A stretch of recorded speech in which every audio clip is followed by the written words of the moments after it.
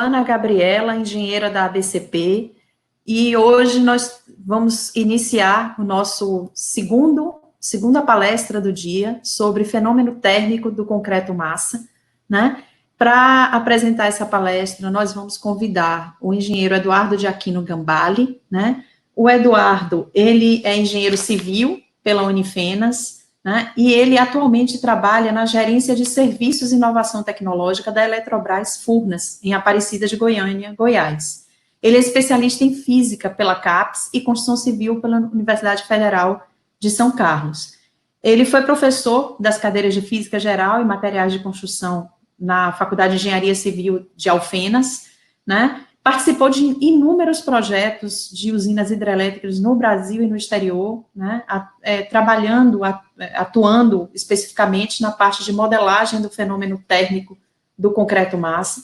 E desde 87, ele atua na supervisão de execução, estudo de dosagem, caracterização de materiais para concreto, pesquisa, cálculo da temperatura do concreto massa e tensões no concreto massa. Ele é coautor de livros, tem um monte de trabalho técnico publicado, né? Então, grande especialista nosso no assunto, também de Furnas, como a Luciana foi, que estava recentemente aqui com a gente. Esse é o movimento Todos pela Construção, que é uma iniciativa da Associação Brasileira de Cimento Portland, do SNIC, da Etos Soluções, da Construliga e do Sebrae. Eu queria convidar Eduardo, então, nosso palestrante de hoje, para entrar na nossa sala e proferir sua palestra. Bem-vindo, Eduardo.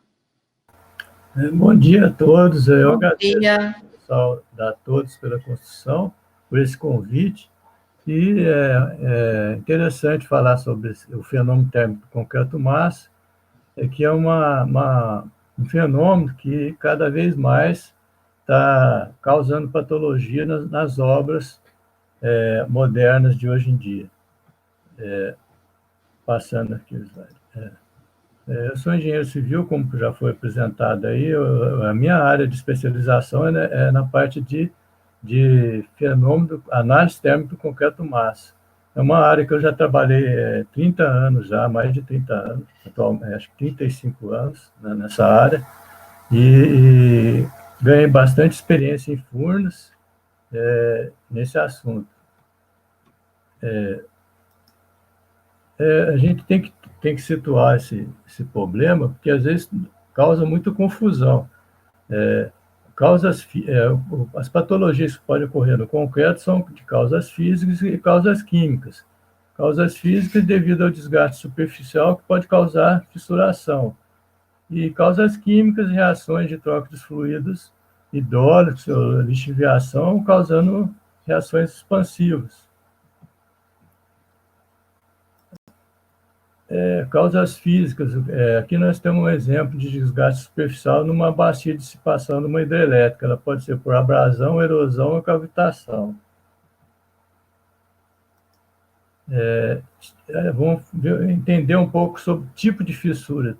Tem dois tipos, no estado plástico e no estado endurecido, que às vezes pode causar confusões, para você saber que realmente é uma fissura de origem térmica. No tipo de fissuras, no caso do estado plástico, existem várias. Sedimentação, assentamento diferencial dentro da massa de concreto, movimentação de formas da fundação, impedimento de sedimentação pela armadura ou agregado, retração superficial, e também devido à variação da temperatura ambiente. A própria temperatura, se ela tiver uma variação muito grande durante o dia, por exemplo, acima de 15 graus, pode causar fissuras, principalmente no concreto no estado fresco, porque ele não tem a resistência adequada para suportar aquela deformação. No estado endurecido são várias, existem várias teses aí defendidas, né, sobre retração hidráulica, deformação autônoma, acabamento excessivo, também existe esse problema que pode causar fissuras, concentração de esforços, projeto inadequado de juntas, oxidação de armaduras, fissuras de origem estrutural, ataques químicos de fonte externa ou interna. Isso aí foi muito comentado pela Gabali, live, você né? saiu da sala. Eu queria Oi? que você saiu da sala. Entre na sala novamente. Você É, não, você não está ao vivo. Por favor, se você puder entrar novamente na sala. eu vou ter que desativar aqui e entrar, é isso? Reconectar. Não sei se tem essa opção aí para você. Pedir a todos.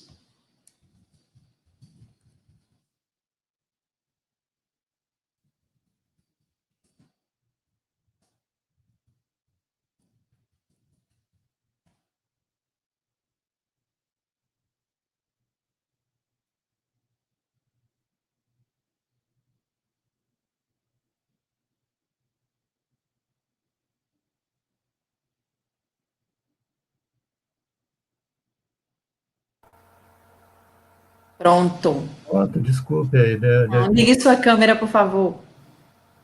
só um minuto. O que será que aconteceu? Eu não entendi. Não. O pessoal estava ali vendo. Para mim, você sumiu. Aí eu. Então, não sei se o pessoal já viu desculpe esse problema, o pessoal já viu esse quadro aqui que eu mostro os tipos de fissuras do estado endurecido, são várias, né? Inclusive no trabalho que a Nicole apresentou lá na live, que foi feita, live do Ibracon que teve recentemente, com o Selmo, com Cláudia e a Nicole, ela falou muito sobre esse problema da tringita tardia, que é um fenômeno que ocorre no concreto e pode causar fissurações no futuro por causa da temperatura do concreto. Às vezes a temperatura do concreto sendo muito alta, por causa do fenômeno da hidratação do cimento, pode causar esse tipo de fissura. Mas o que nós vamos estudar aqui é fissura devido ao fenômeno da hidratação do cimento, causando tensões internas que pode causar também a fissuração. A tringita tardia, na realidade, é um fenômeno químico.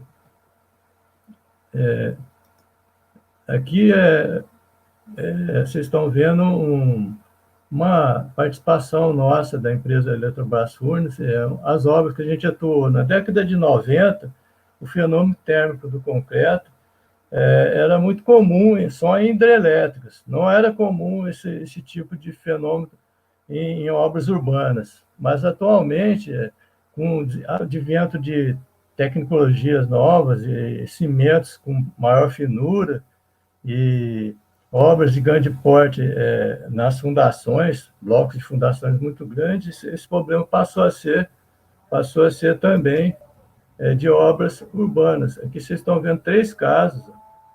Da Catedral de Los Angeles, foi publicado um trabalho no Ibracon sobre esse problema de estudo térmico. Aqui, blocos da fundação do Rio Orinoco, e uma casa usando aqui o cimento branco no México. Aqui vocês estão vendo um bloco de fundação, esse bloco todo fissurado foi mostrado nessa live que eu comentei para vocês, que foi apresentado pela Nicole e o Selmo e o Cláudio recentemente. A transmissão do calor do maciço ela ocorre por condução ou convecção. Ela pode ocorrer por causa de fonte de calor externa, que é no caso da energia solar, por convecção ou condução, ou fonte interna de calor devido ao calor de hidratação do cimento, porque ele é porque a hidratação do cimento faz com que as reações químicas que ocorrem no concreto faz com que a temperatura do concreto se eleve, porque é uma reação que libera calor, exotérmica. Também pode ocorrer, como eu comentei anteriormente, a formação da tringita tardia, que é outro tema, não é o tema nosso aqui que nós estamos apresentando. Empreendimentos que utilizam grandes volumes de concreto requerem cuidado no que diz respeito à fissuração de origem térmica devido à geração de calor, hidratação do cimento. Riscos, ocorrência de quadro de fissuração, e onerar custo da obra em função de serviço de reparo e tratamento dessas fissuras podem ocorrer. O objetivo dessa apresentação é apresentar algumas medidas mais eficientes para mitigar a fissuração do concreto massa. A reação de hidratação do cimento, como eu comentei para vocês, provoca durante o endurecimento do concreto variações dimensionais, que, quando restritas, pode levar à fissuração do concreto. Aqui vocês estão vendo uma foto de uma obra onde ocorreu é uma obra urbana onde ocorreu uma fissura, que é igual eu comentei com vocês, hoje é muito comum isso ocorrer, é uma fissura de origem térmica. Ela tipicamente secciona a peça, separa em duas peças diferentes. Tem diversos tipos de cimento.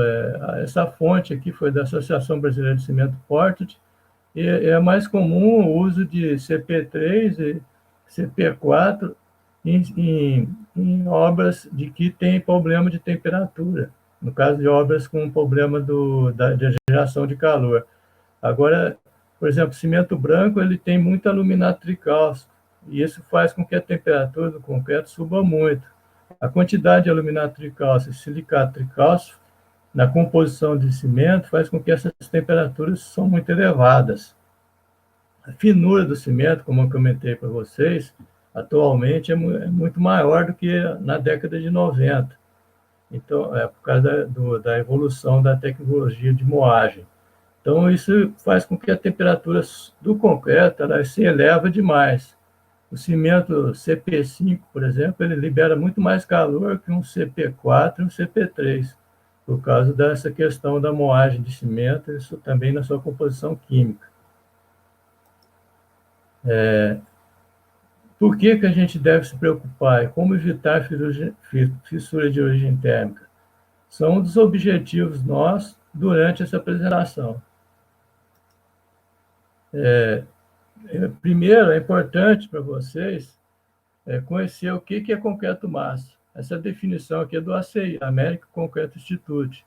É aquele que, ao ser aplicado numa estrutura, requer tomada de precauções que evitem fissurações derivadas de seu comportamento térmico. Aqui vocês estão vendo um termômetro instalado numa estrutura e estão vendo aqui o monitoramento em verde e esse azul aqui é um cálculo feito em elementos de finitos, certo?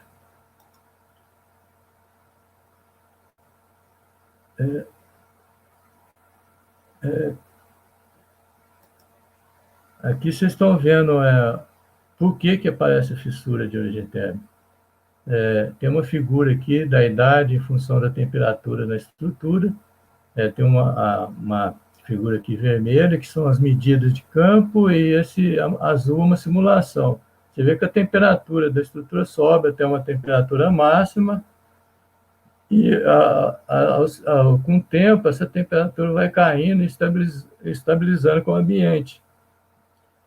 Normalmente, no início, que a temperatura está subindo devido à restrição, porque toda a peça de concreto está sob restrição, ela nunca apresenta uma situação de tensão zero, ela está sempre colada numa base ou numa parede, alguma coisa assim. Então, na hora que está subindo a temperatura, aparecem tensões de compressão no concreto. Mas essas compressões, ao longo do tempo, elas vão diminuindo por causa da queda de temperatura, a tal ponto que o sinal de tensão de compressão vire tensão de tração. E o concreto, como vocês sabem, é um material que não resiste muito bem à resistência à tração. E quando a tensão instalada na estrutura ela passa a capacidade de suporte da tração, ela vai apresentar fissuras. Para você estudar tensões de origem térmica, você precisa de um entrosamento muito grande com o campo. Você precisa conhecer todos os fatores de projeto, tudo que está acontecendo no campo pode fazer com que as tensões sejam altas. Inclusive, por exemplo, na produção do agregado. Se tiver uma contaminada ou tiver uma finura diferente do que você dimensionou, pode causar tensões maiores lá no final e temperaturas maiores. Então, você precisa conhecer todos esses parâmetros aqui de campo, que são dimensões da peça, intervalo de colocação das camadas, condições de lançamento, temperatura ambiente, temperatura de colocação, uso de pós-refrigeração, consumo de cimento, tipo de cimento, caracterização do concreto. Você precisa conhecer os parâmetros viscoelásticos, são modularidade, resistência, influência, e parâmetros térmicos. Parâmetros térmicos, você fazer um dimensionamento no cálculo da temperatura. E com isso você fazer o seu cálculo do campo de tensões, e com isso obter a segurança. Também pode ser feito isso através de uma instrumentação de campo. Os parâmetros viscoelásticos você pode obter ele de várias maneiras, por exemplo, fazendo ensaios, ou se não, usar um banco de dados, por exemplo, a nossa publicação de Furnas, que é da equipe de Furnas, que tem um banco de dados muito grande. Você pode usar bibliografias diversas, pode usar modelos de rede neural, que é uma tese defendida pelo Hétero, que foi um colega nosso de Furnas que defendeu essa tese. E os parâmetros viscoelásticos também podem ser obtidos através de modelagem de blocos de concreto, ensaios. Existe um projeto P&D de Furnas que tá sendo coordenado pela doutora Nicole, que está obtendo esses parâmetros através de ensaios feitos em blocos. Também existem alguns trabalhos publicados, por exemplo, Cid Lima, no Peru, da Dias, que fez uma retroanálise de blocos moldados em laboratório. Também você pode obter, através de instrumentação, de um bloco ou feito em laboratório ou em campo. Vocês podem ver isso nessa tese defendida em 2017. Vocês estão vendo aqui um gráfico aqui que passou dos 100 graus. Nossa Senhora! Passou dos 100 graus aqui a temperatura. Parâmetros térmicos também, existe um trabalho publicado no Embracon, 52º Embracon, em Fortaleza, em 2010, que mostra uma estatística. Vocês podem ver aqui que a difusividade térmica do concreto está em torno de 0,10. Aí você pode obter esses parâmetros aqui.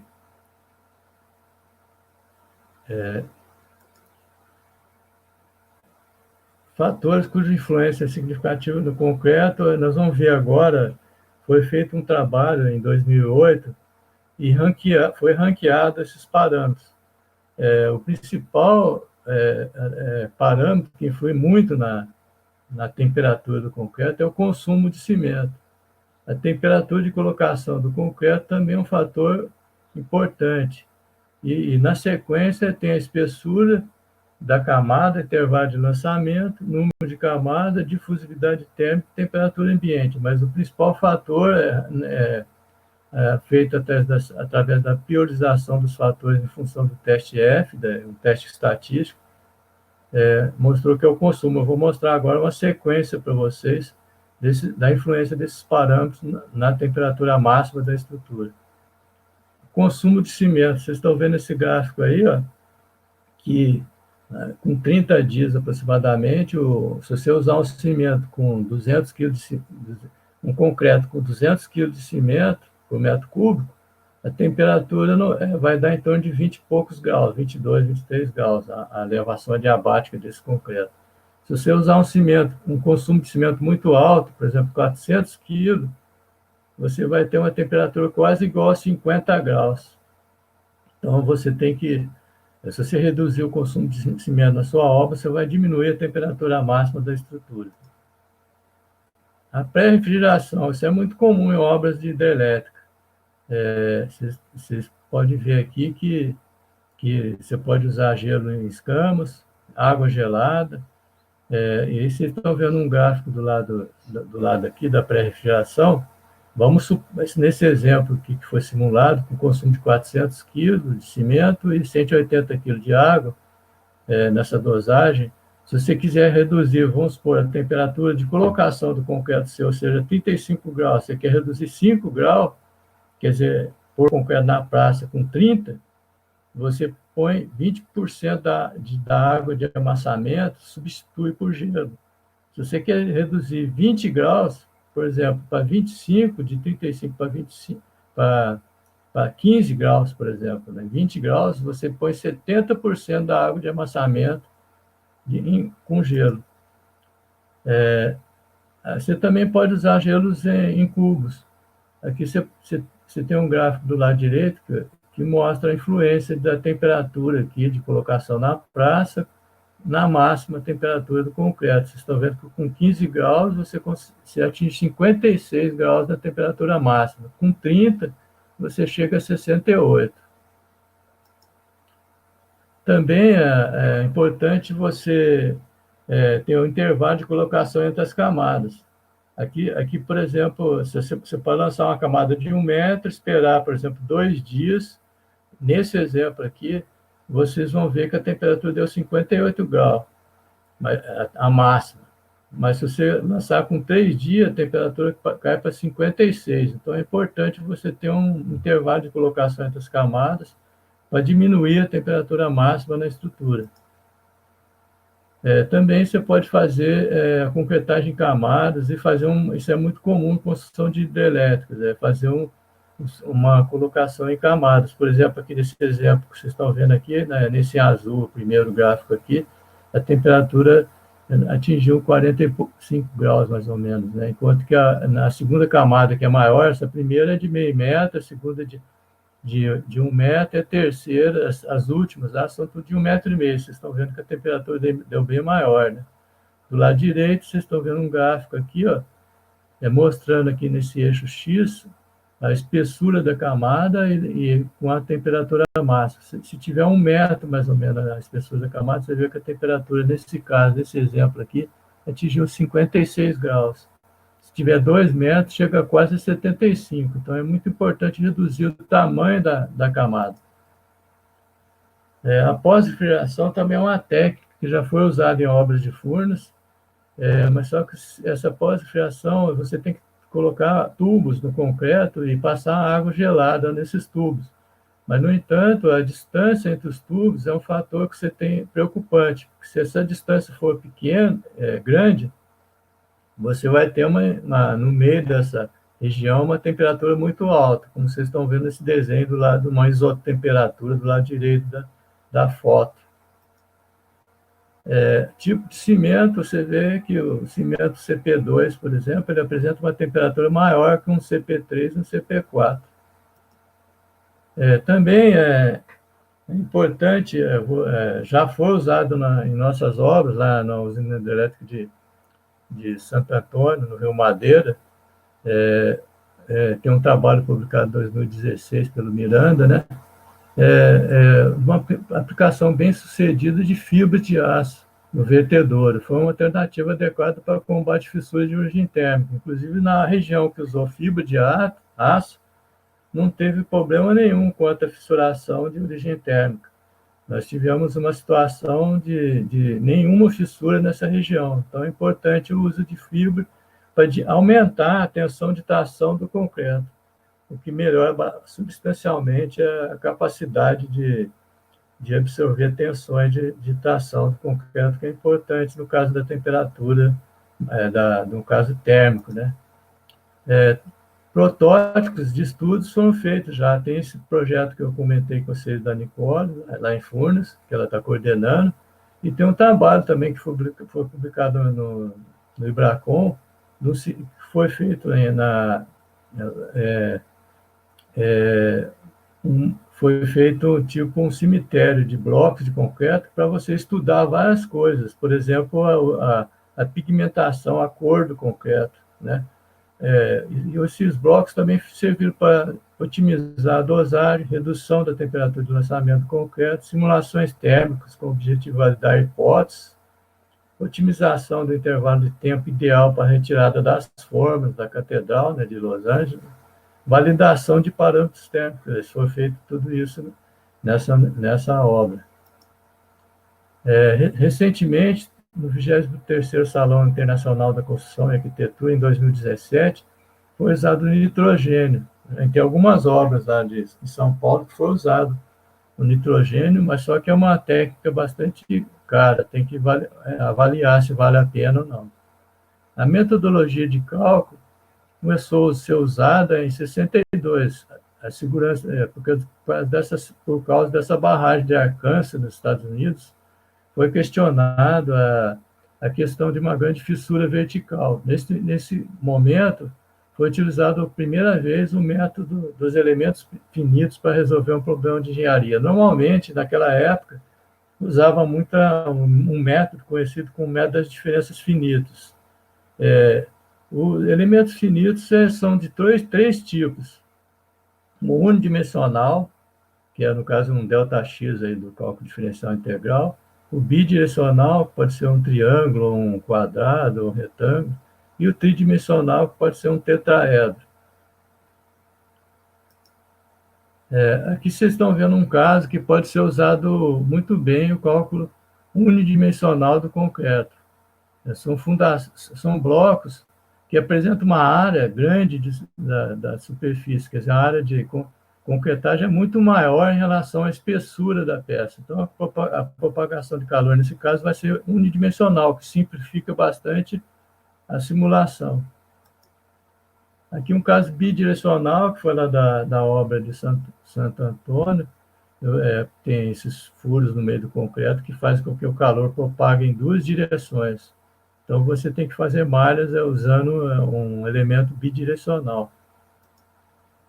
Aqui dois casos aqui, tridimensional, um muro que foi construído lá na usina elétrica de São Manuel, quer dizer, e aqui uma viga munhão, que foi feita através desse programa ANSYS, né, que a gente já usou algumas vezes lá em Furnas. Eu gosto muito de mostrar essa figura, que é o nosso colega Walton Pacelli. Esse desenho foi feito pela Maria Luísa Uchoa de Carvalho, uma arquiteta que trabalhou com a gente lá em Furnas, e o Roy Carson, na época, isso aqui foi em 85, e na época o Roy Carson dizia essa frase aqui: existem ótimos planejamentos de construção que produzirão temperaturas favoráveis no concreto massa, sem grande custo, mas informações para auxiliar na seleção desses planejamentos geralmente têm faltado. A base dos elementos finitos foi desenvolvida por Douglas McHenry, que era um colega de Carson na Universidade de Becker. Aqui se tem uma comparação. Em 76 era muito comum usar o método das diferenças finitas. Existia dois métodos, o método conhecido como método de Carson e o método Schmidt. Atualmente, a gente usa os elementos finitos, que é um método que contempla mais situações que podem ocorrer, muito mais situações que podem ocorrer em campo. Esse método de elementos finitos começou a ser usado em Furnas a primeira vez em 87. Eu tive a felicidade de trabalhar com o método de elementos finitos desde o início, quando comecei a trabalhar em Furnas. Eu entrei em Furnas em 86 e em 87 a gente já desenvolvia alguns cálculos usando o método dos elementos finitos, que é um método tradicional que é usado até hoje.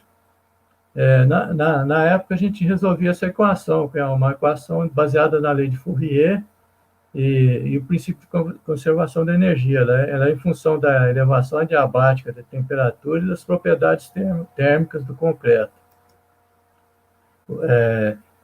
Aí, em 95, uma dupla de franceses começou a estudar a influência da temperatura do concreto nas propriedades. Quer dizer, todas as propriedades do concreto mudavam em função do aumento da temperatura na estrutura.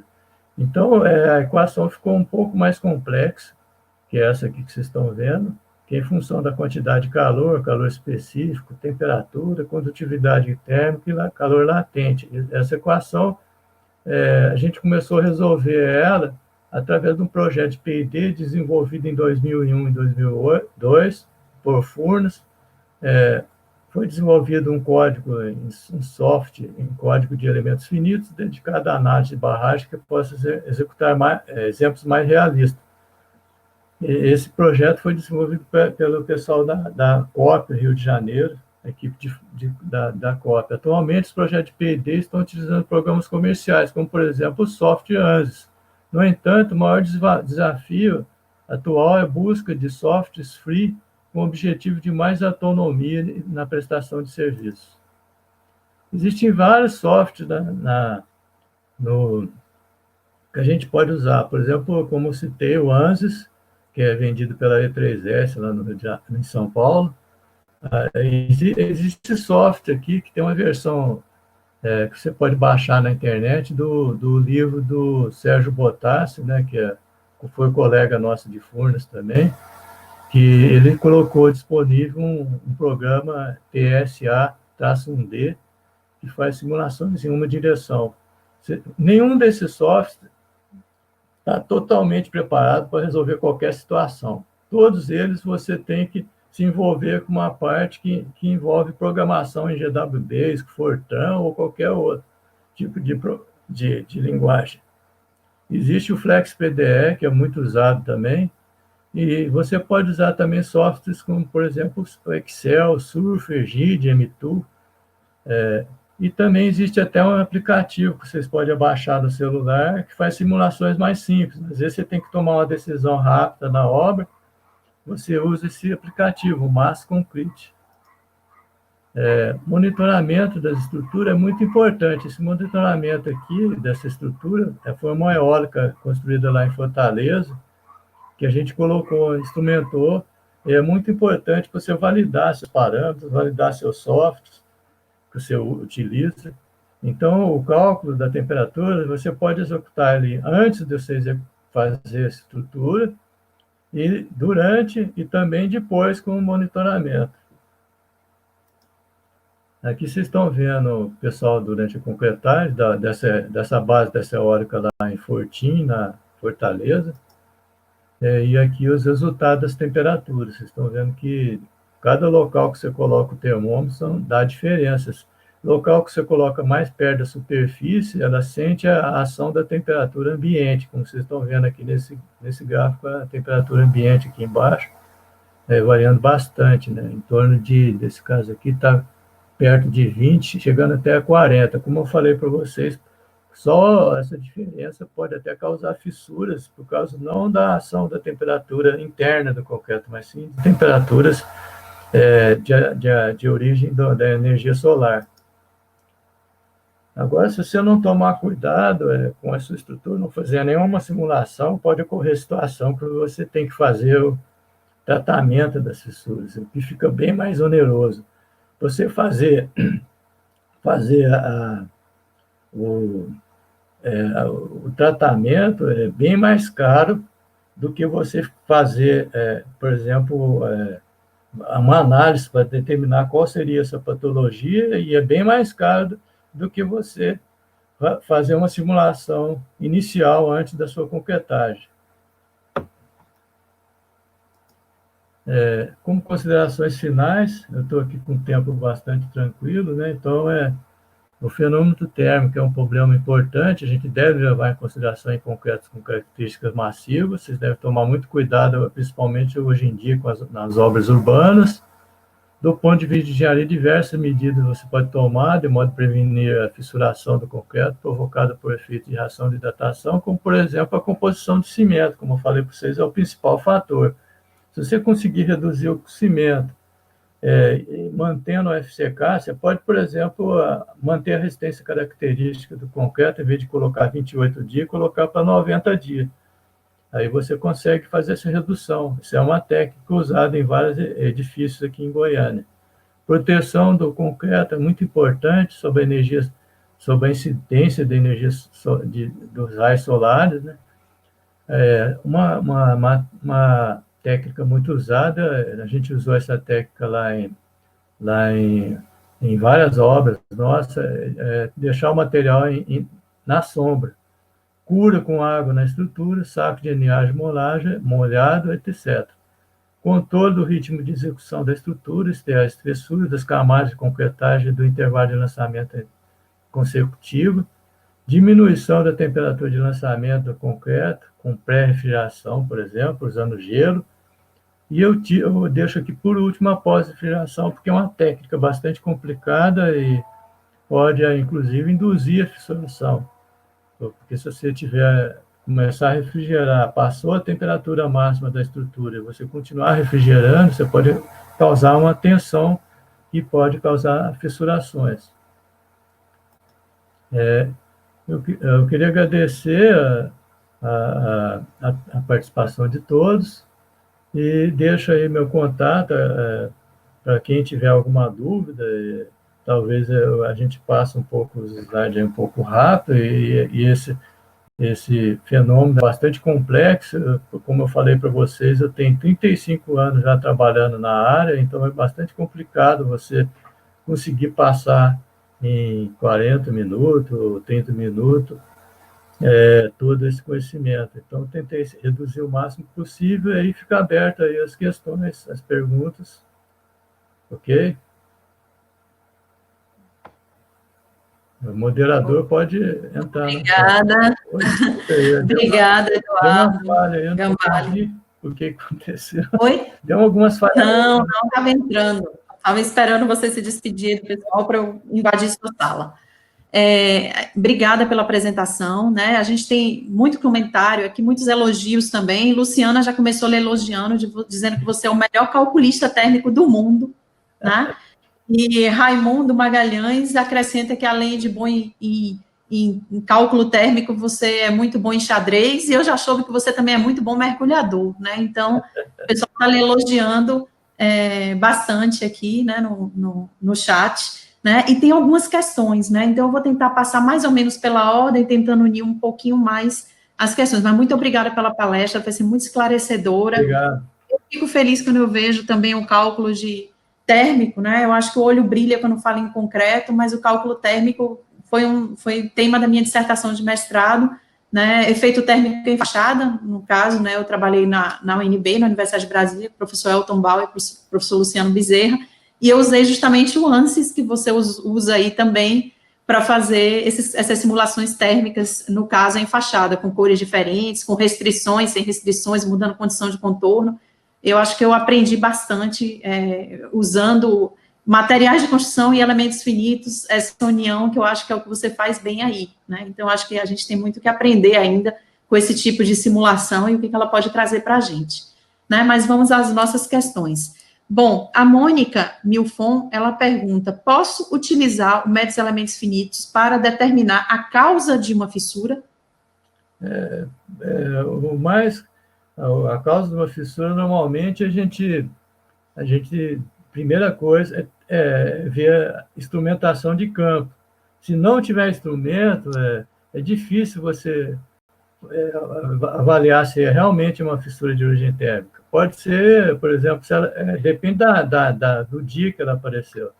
Então, você tem que estar atento, porque às vezes, se ela apareceu nos primeiros dias, pode ser uma incidência, por exemplo, do Sol, né, da energia solar, fazendo com que dilata aquela estrutura, ela não tem resistência, aí aparece fissura, dá uma confusão muito grande, aí a pessoa vai achar que vai ser uma fissura de origem térmica. O método dos elementos finitos para avaliar também pode ser usado, mas é melhor você ter um acompanhamento de obra, você ter instrumento na obra medindo. Se não tiver nada, é complicado. Como que você vai saber se aquela fissura apareceu antes do pico?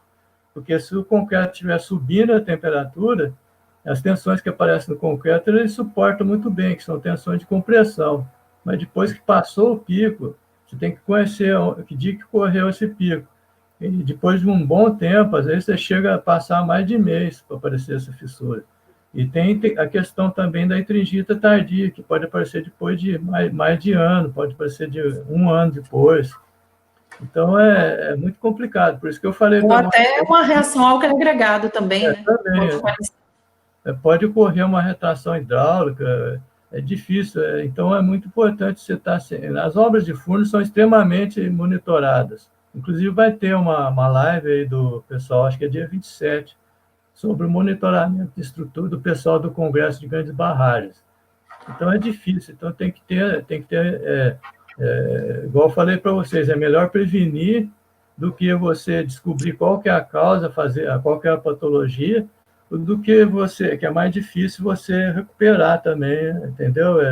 Porque você tem que saber a causa para você fazer a recuperação. Se você não sabe a causa, você faz a recuperação, aí mais tarde pode aparecer outras fissuras em cima da sua recuperação, entendeu? Acho que na mesma linha, a própria Mônica, ela pergunta se a gente pode usar o método de elementos infinitos em construções já existentes, né? Para entender a causa de fissuração em barragem. Então, a barragem já existe, né, se tem como a gente usar o método de elementos finitos. Eu acho que parte um pouco desse monitoramento que você acabou de falar. Se quiser complementar. Na barragem de funil, a gente teve bastante simulações em 3D, o pessoal da COP fez lá com aquele projeto PD que eu comentei de 2001, né? Que a COP desenvolveu um programa, a gente usava também, né? Ele foi utilizado para modelar a barragem de funil, quer dizer, ela é bem antiga, a barragem de funil. É interessante para ver a movimentação da estrutura, para ver o que está correndo, entendeu? Mas o problema térmico ele acontece nas primeiras idades, normalmente é 30 dias depois que aparece a fissura de origem térmica. Então, depois que passou um período dessa obra, você pode utilizar alimentos finitos para outras coisas também, né? Inclusive para a deformação do concreto, devido até a reação ao álcool agregado, por exemplo. Já tem até trabalho publicado com isso aí do nosso colega Quintiliano, né? Que é um colega meu, que eu aprendi muito com o Quintiliano, que ele mexia muito com essas simulações, né? Então, ele usou para fazer modelagem de estruturas com problema de reação ao álcool agregado, que não tem nada a ver com problema térmico, né? Uhum. O Luiz Vieira, ele pergunta qual é a relação entre a restrição da peça e a tendência à fissuração térmica. A restrição, por exemplo, vamos supor que você tem um pilar de grande altura, acontece muito em barragem. Lá embaixo, quando ele está encostado na rocha, lá a restrição é muito alta, então as tensões são muito maiores. Quando você vai subindo no pilar, lá em cima ele tem uma deformação normal dele, o pilar.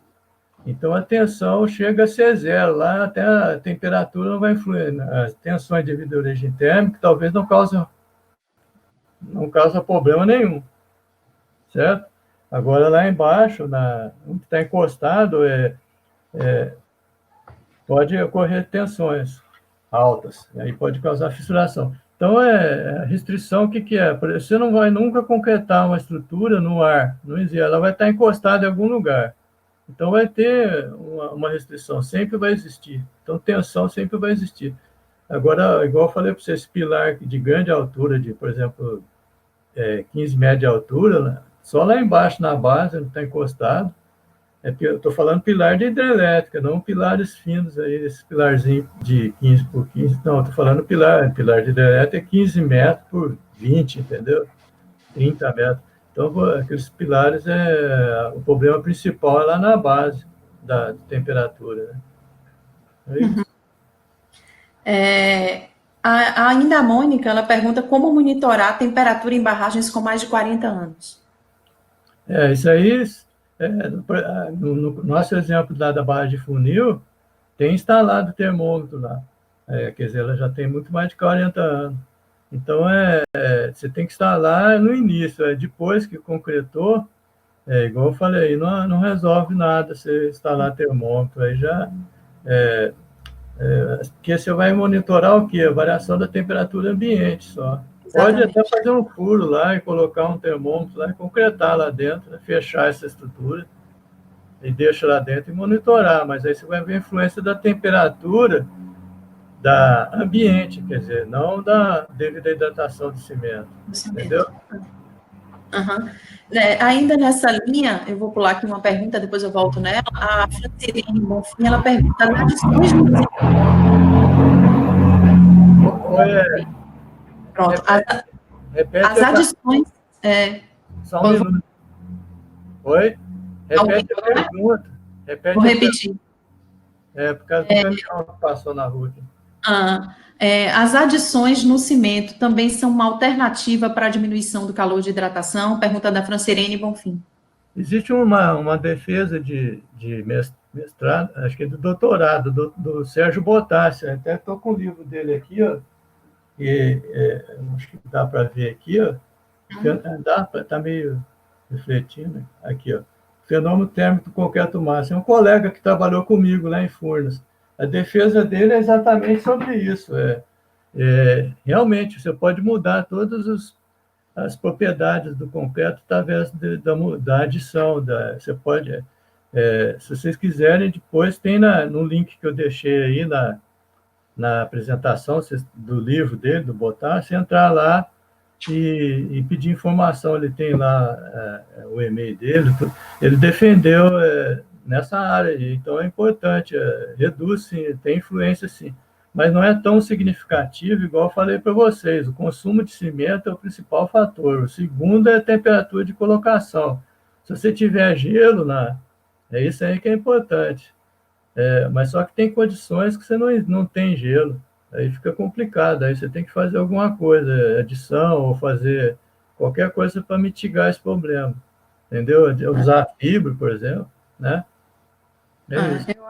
Eu acho que é uma associação de fatores, né? Usar o cimento adequado, cimento com quantidade maior de adição, né? Um CP3, um CP4, né? Junto com gelo, se for possível usar o gelo, dependendo da obra, eu acho que você associar os fatores, eu acho que aí você consegue reduzir a temperatura, a gente pensando em volume, em concreto, massa, realmente, né? Tem uma pergunta aqui do Maurício Marques: qual tipo de termopar mais usado para monitoramento? Existem diversos tipos, eu já usei, acho que tem na apresentação, tem termômetro que a gente fabrica aqui em Furnas, na apresentação que a gente usou diversos tipos, já termômetro de corda vibrante, termômetro do Carsen, não sei se esse Carsen não está fabricando mais, mas pode ser, na internet a gente acha diversos, né? Então não sei nem se falar para ele qual que é melhor. Nós usamos na dissertação, inclusive que eu mostrei para você da minha filha, nós usamos um termômetro lá de Furnas, que eu não estou lembrando aqui o nome, esqueci aqui, mas tem a referência aí na dissertação dela, se quiser baixar ela, lá tá bem detalhado. Mas eu já usei diversos tipos, depende, tem uns que você consegue colocar lá, igual nós fizemos na obra lá da eólica lá é tanta coisa na cabeça aqui que eu estou fazendo confusão. Na obra nossa lá do Ceará, lá de Fortim, a gente colocava o termômetro, tem um instrumento que fica lá no local, a gente deixa lá a noite inteira, não precisa ficar fazendo leitura, não, ele registra tudo, e você vai no outro dia, pega seus resultados, entendeu? A gente tinha que passar a noite lá que dava algum problema no campo, então é isso. Tem uma pergunta aqui do Wilton Rodrigues, eu não entendi muito a pergunta, não. Dizendo que a MTS, empresa, estão usando areia para combater as retrações. Qual o mais econômico, usar areia ou água? Isso aí também eu não entendi muito bem, não. Porque a areia, se a areia se ela for muito fina, você vai ter um consumo maior de cimento, aí você vai ter problema térmico. No caso da água, a água ela é normalmente em torno de 180, 200 quilos por metro cúbico, 200 litros por metro cúbico. Então não tem como mexer muito nisso aí, mas se você conseguir diminuir o fator água-cimento, você consegue aumentar a resistência. Então muitas vezes você pode usar, por exemplo, algum produto para aumentar a resistência do concreto, por exemplo, já foi usado muito microsílica, né? Lá em Serra da Mesa, na obra de Serra da Mesa, foi uma primeira obra que a gente participou aqui de Furnas, que mexeu com muito cálculo térmico, simulações térmicas, a gente usou muito microsílica, né? Então você aumenta a resistência e com isso você consegue reduzir o consumo do cimento para atender aquele FCK que você tem que atingir, né? Então, a água é isso, diminuir o fator água-cimento. A água sempre vai estar em torno desses, igual eu falei para vocês, 180, 200 litros por metro cúbico. A Luciana, que é da área de dosagem, ela sabe muito bem disso, né? Você tem recebido bastante elogios, inclusive de Francisco Holanda, né, bem da área de barragens, está aqui testemunhando que em muitos trabalhos ele contou com sua colaboração, né, com suas considerações de cálculo e que reproduzia fielmente os valores obtidos em campo, agradecendo pela sua palestra, né? Tamires pergunta o que é mais fácil, xadrez ou cálculo térmico? Tamires Rodrigues. Na realidade o xadrez, eu comecei com o xadrez quando era menino. E o cálculo térmico é um xadrez também, tão complicado quanto o xadrez. Ele é uma ciência que você tem que estudar muito, estudar muito temperatura, termodinâmica, e tem muito cálculo. Você vê que, não, igual eu comentei durante a apresentação, que não tem nenhum programa pronto, assim, então você tem que desenvolver, às vezes, é complicado. E eu, na época que eu comecei, não existia, quando eu cheguei em Furnas, há 35 anos atrás, né, não tinha nenhum computador, para você ter uma ideia, dentro da empresa. A gente usava aqueles computadores que a gente tinha em casa, né, TK90X, aquelas coisas lá, TK85. Então, você fazia simulações ali, né? Depois que começou a aparecer os computadores na empresa, a gente que levava de casa o computador para fazer simulações. Aí a máquina, igual você viu naquele desenho do Pacelli com o Carson, eles estavam fazendo com a máquina Facite ali o desenho. Então, não tinha... Então, as técnicas na época eram mais simples de usar esses softwares mais simples, né? No caso do método Carson e do Schmidt, né? Aí depois, com a evolução da coisa, apareceu elementos finitos, aí a coisa foi ficando cada vez mais complexa. Por exemplo, se usar o ANSYS, por exemplo, você que trabalhou com ele, você sabe que você não tem nada preparado, né? Você tem que customizar ele, preparar ele. E também as decisões, você não pode jamais trabalhar sem o apoio do pessoal de campo. Você tem que ter um entrosamento muito grande com o pessoal de campo.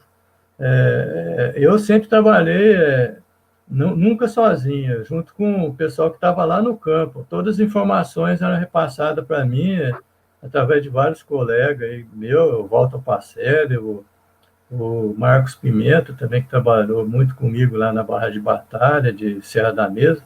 Então, eles passavam todas as informações, então eu sabia exatamente o que estava acontecendo lá para poder fazer simulação, senão sai tudo errado.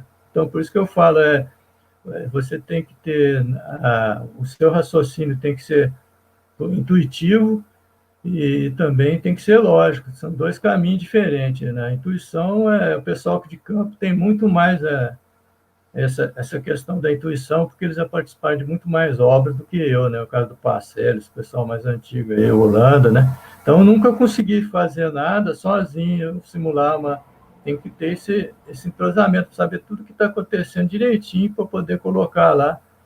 E o método dos elementos finitos, ele é legal por causa disso, você faz qualquer coisa, mas só que, ao mesmo tempo, tem essa dificuldade, igual eu falei para você, da gente não ter um programa totalmente preparado. O ANSYS, nós tivemos que customizar ele. Ele não era pronto para calcular. Ele não contemplava o problema da termomotivação que foi descoberta pelos franceses, igual eu falei para você. Lá em 95 foi desenvolvida essa teoria da termomotivação, né? Isso aí não contemplava na época, né? Então, com o ANSYS a gente consegue fazer tudo. Fazer qualquer tipo de situação, fazer em 3D, 1D, 2D. O ANSYS é bem interessante porque a análise térmica é uma análise não linear, né? Então, ele é um programa que lhe dá a possibilidade de fazer cálculos não lineares e de você bolar o modelo, escolher o elemento que você vai trabalhar, o mais adequado, e bolar o modelo através, com condição de contorno adequada, né? Muitas vezes a gente não consegue a situação correta, normal, mas a gente consegue simular algo parecido com o que a gente tem em campo. Então, ele acaba, eu concordo, acho que ainda os elementos finitos vieram muito a agregar em todo o cálculo não linear. Eu acho que foi um grande salto aí nesse cálculo de temperatura por ser não linear. Né? Dalton Rock, ele pergunta, qual é a temperatura mínima que devemos nos preocupar com relação à hidratação do concreto? Eu não sei se ele pergunta a temperatura mínima ou máxima. Né? Porque eu acho que a máxima normalmente acima de 60 graus, acima de 65 graus, segundo o pessoal que apresentou a live lá da Nicole, existe a possibilidade da hidrongita tardia. Pode ser que uma estrutura já aconteceu comigo, de viga-munhão, por exemplo. Não sei se o pessoal está familiarizado com viga-munhão. É um bloco que tem dimensões grandes, por exemplo, 5 por 4 por 6, por exemplo, né? É um blocão, né? Essa viga-munhão, às vezes, ela fica apoiada lá em cima do pilar, fica meio solta lá, tipo igual que tivesse no ar, né? A restrição dessa viga-munhão é muito pequena. Então, a temperatura chega a 90 graus, não acontece nada, não fissura. Mas só que pode ocorrer a etringita. Inclusive, tem uma dissertação defendida por uma colega nossa, que foi orientada pela Nicole, a Sandra, não sei se o pessoal já, talvez a Luciana sabe quem que é, que acho que ela assistiu lá, que ela mostrou isso aí pode formar etringita tardia e fissurar. Então, eles recomendam a temperatura no máximo 65 graus. Tem alguns pesquisadores que falam em 60, não pode passar de 60 graus, não pode passar de 65, mas às vezes a construção sua é num local muito quente, por exemplo, aí você vai lançar uma temperatura de 40 graus, fica difícil diminuir a temperatura do concreto. Então, o recurso, como eu sempre indico, é o gelo, né? Tentar não atingir essas temperaturas acima de 60 graus, né? E aí você evita qualquer tipo de fissura, tanto a fissura devido à hidratação de cimento, como também outras, igual eu comentei com você, da etringita, por exemplo. O Wilton, ele refez aqui a pergunta dele, acho que agora dá para entender melhor o que ele quis perguntar. Ele perguntou que quando concretando, por exemplo, o radier, ele usa areia molhada em cima do radier para evitar retrações, né? Fissuras por retração, né? Essa é a melhor maneira, né? Ele não está falando da areia no concreto, mas a areia, acho que ele molhar a areia, acho que ele está falando mais em cura, talvez, fissura de retração, do que na fissura térmica, não sei. Eu peço que avalie. Essa aí nós já fizemos isso também. Às vezes a gente costuma pôr uma piscininha também, pôr água ali, deixar água. Isso é para principalmente evitar fissuras, principalmente a fissura por causa da incidência do sol, né? Então tem que deixar ali fresquinho para não ter acidente. Retração plástica. Também pode diminuir um pouco a temperatura mas não lá no centro. Se tiver uma peça muito espessa, aí no centro não vai acontecer nada, vai continuar atingindo a máxima do mesmo jeito. Não sei se você entendeu. Agora, a diferença da máxima lá no centro com a temperatura na superfície, ela é perigosa. Existe até uma CI, eles recomendam que não pode passar de 20 graus, por exemplo. Pode fissurar, mas tem peça que, se o cimento da região não é adequado, já aconteceu em obra nossa, do cimento não ser bom, e acontecer com 15 graus, só de 15 graus de incidência solar, por exemplo, de manhã está 20 graus, à tarde meio-dia está 35, deu uma diferença de 15, aí fissura o concreto, só pela temperatura nem é da hidratação do cimento. Então, por isso que tem que proteger, quanto mais proteger, melhor. Com areia e água, eu entendi agora a pergunta dele. O Lupécio Gurjão, ele pede para você explicar melhor a utilização de resistência característica para 90 dias. Isso aqui tem uma obra aqui em Goiânia, várias obras nossas nós fizemos isso. Às vezes o FCK com 28 dias, vamos supor que o FCK seja 30, MPA com 28 dias. Mas só que depois dos 28 dias, principalmente usando o CP4, ele pode ganhar uma resistência. A Luciana sabe disso. Aí você pode pôr a resistência, esse FCK, em vez de colocar com 28, você colocar com 90 dias. Põe lá na frente. Aí se você coloca lá na frente, você pode reduzir o cimento. O cimento. Porque você, para atingir esse 28 dias, essa resistência, precisa mais de cimento. Então, você diminuindo um pouco o cimento, você reduz a temperatura. Às vezes, mas tem que tomar muito cuidado, porque às vezes a redução é tão pequena que não vale a pena. Então, por isso que tem que estudar. A gente costuma fazer estudo paramétrico aqui. A gente faz vários cálculos, a gente chama de estudo paramétrico. E você, com várias hipóteses estudadas, tem situação que já chegamos a fazer mais de 30 cálculos para chegar num resultado que seja importante. Aquele resultado vai ser o que vai ser usado na obra. Então, são simulações que a gente costuma chamar de paramétrica, né? Mudando os parâmetros, mudando no livro do Bottas tem esse exemplo aí que ele está falando. Se ele dá uma olhada lá, inclusive acho que tem ele pode baixar gratuitamente lá alguns capítulos, dá uma olhada lá. Explica bem isso aí, a questão do FCK. Ele fez isso aí numa obra aqui em Goiânia. O Botassi, ele trabalhou junto com a gente, junto com a Luciana. Então, a maioria do pessoal que mexe com essa parte térmica aí já trabalhou junto comigo lá. A gente aprendeu junto lá, né? Foi muito bom isso. Eu vou fazer só mais duas perguntas para a gente encerrar. O Raimundo Magalhães pergunta se você já teve experiência no cálculo térmico com agregado proveniente de minérios como hematita e biotita. Não, nesse caso, nós não tivemos nenhuma obra. Agora que eu lembrei, teve uma sala que acho que foi feita em Belo Horizonte, isso aí, de uma sala com radiação gama, e precisava ter um material pesado lá dentro. Então, tinha que pôr hematita. Aí nós fizemos um estudo, agora eu estava esquecendo, mas teve acho que só esse exemplo que a gente fez. O Pacelli participou dessa obra lá, e aí a gente usou a hematita e fizemos simulação com ela. Justamente por causa dessa sala, a parede é muito espessa, aí o consumo tinha que ser alto e não pode passar radiação de jeito nenhum. Então, aí a gente fez uma simulação de temperatura na época. Foi isso só. E professor Zé Ramalho, lá de Fortaleza, ele pergunta: baixar a temperatura na superfície do concreto não vai aumentar o gradiente térmico, favorecendo a fissuração térmica, o gradiente de temperatura, né?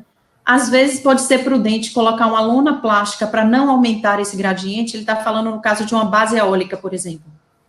É interessante essa ideia, porque até igual eu comentei com você, que você recomenda não ter uma diferença muito grande da superfície com a temperatura máxima lá. Se você reduzir demais a temperatura, pode acontecer que realmente fissura lá, por causa desse gradiente, da diferença lá do centro de gravidade para a superfície.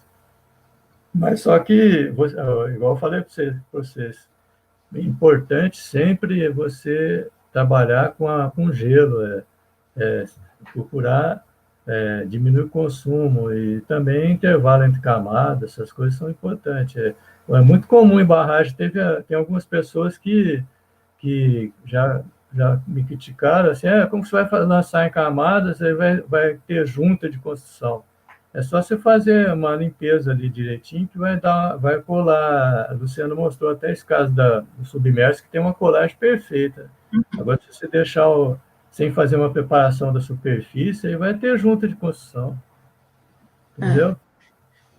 Finalizando, né, nossas perguntas, eu gostaria só de comentar, né, que na verdade é tecnologia, né, a gente tem que estudar, né, tem que achar o cimento mais adequado, com as condições de adições mais adequadas para o tipo de concreto massa, que a gente vai calcular o calor, que a gente vai ter o traço adequado, que a gente vai usar gelo ou não usar gelo, né, para ver a situação, se o UFC vai ser a 90 dias, vai ser a 28 dias, é uma questão de estudar. Para cada obra é um caso diferente, estrutura convencional de edificação é uma coisa, estrutura de grande porte como barragem é outro concreto, né? Muitas vezes o concreto, o nome é o mesmo, mas são materiais completamente distintos, até em consumo, em constituição, em efeitos a longo prazo, a curto prazo, se vai ter possibilidade de ter RAA, se vai ter possibilidade de formação de trigita tardia, se tem contato com água a longo prazo ou não. Então, são situações que cada caso é um caso. Eu acho que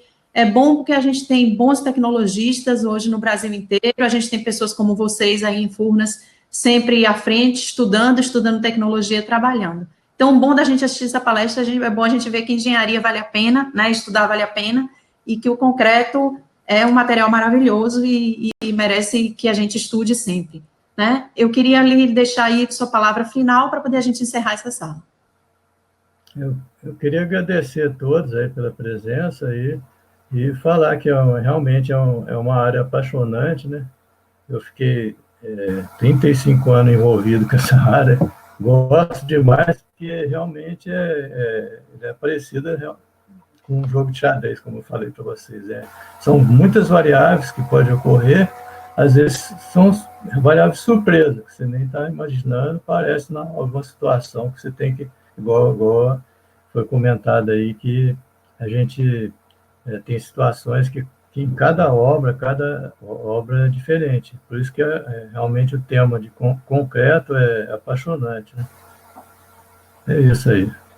Eu queria lhe agradecer mais uma vez, Gambale, por ter você aqui com a gente hoje, ter aceito o nosso convite. Esse é o movimento Todos pela Construção.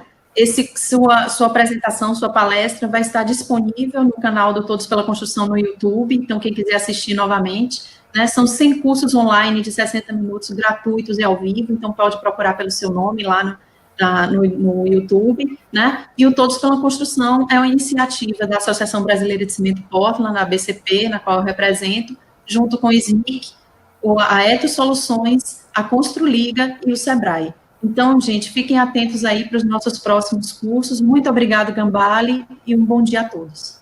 Bom dia a todos. Até logo. Até logo.